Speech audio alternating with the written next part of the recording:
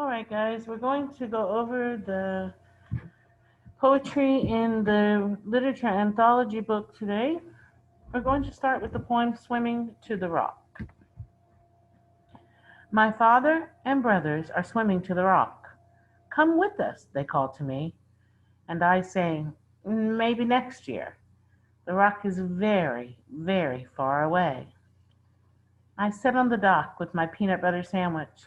I watch them dive into the water and swim the distance, their kicks and splashes and elbows getting smaller and smaller as they near the rock.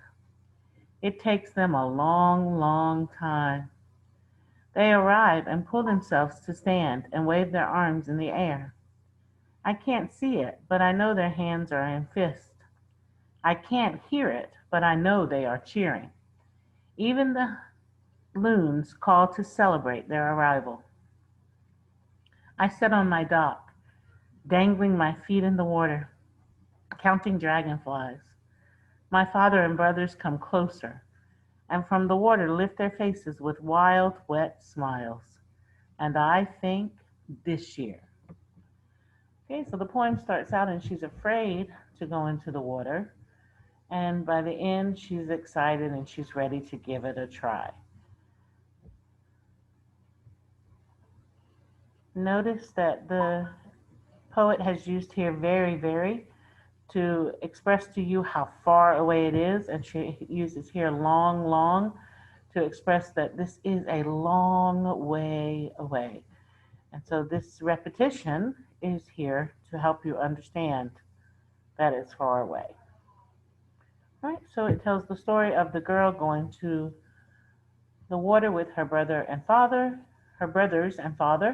and how she decides that she's going to give a try this year in an attempt to swim out to the rock. The moon dust footprint. We've been watching all day long into the night. Mission control in Houston, Apollo astronauts in flight. A new chapter of history was about to open soon. The Apollo slowed, then quickened, speeding closer to the moon. The others went to bed, but not Aunt Mary and me. We kept watching, each slow stage on the TV.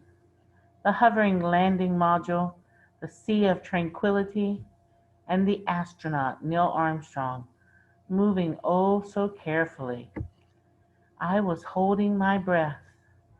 Aunt Mary said she'd held hers too, until we saw the moon dust footprint made by Armstrong's ribbed left shoe. That footprint marked a moment, an awesome human victory. We were watching history happen, my Aunt Mary and me.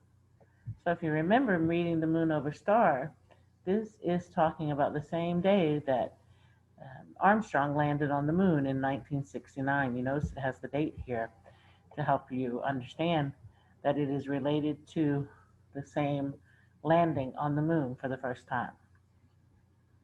Notice we have watching repeated here and here in our poem. This is to point out that they had to watch TV for a long, long time, and to show that they sat through many different stages of the landing before they were able to see the astronauts walk on the moon. Okay, it also talks about how some of the people went to bed. It took so long for it to happen. All right, so this is a very positive poem. Everything is exciting, and they're very happy that they got to witness the moon and the first walking on the moon. All right, let's see next. We have the poem Genius and Winner.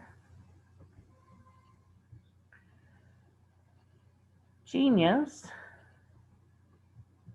Sis, wake up, I whisper in the middle of the night. Urgently, I shake her till she switches on the light. The spiral notebook in my hand provides her quick relief.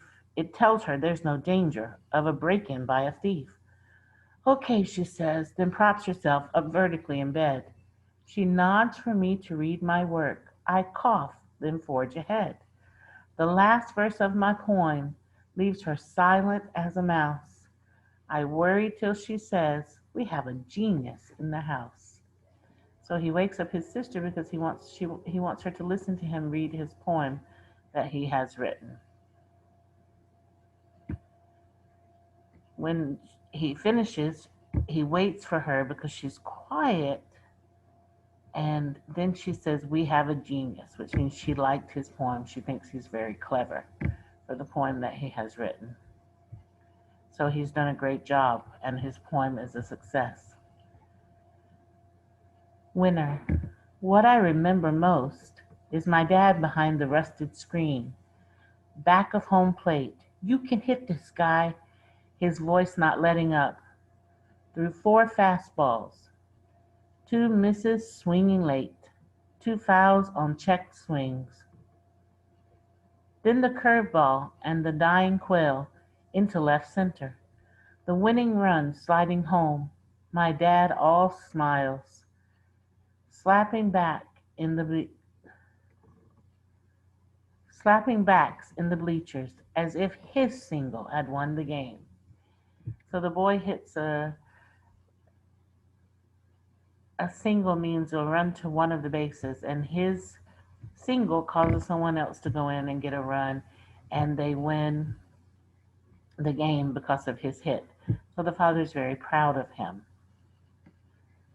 It speaks about him watching him and encouraging him, telling him, "You can do this. You're going to hit it, guy, no problem."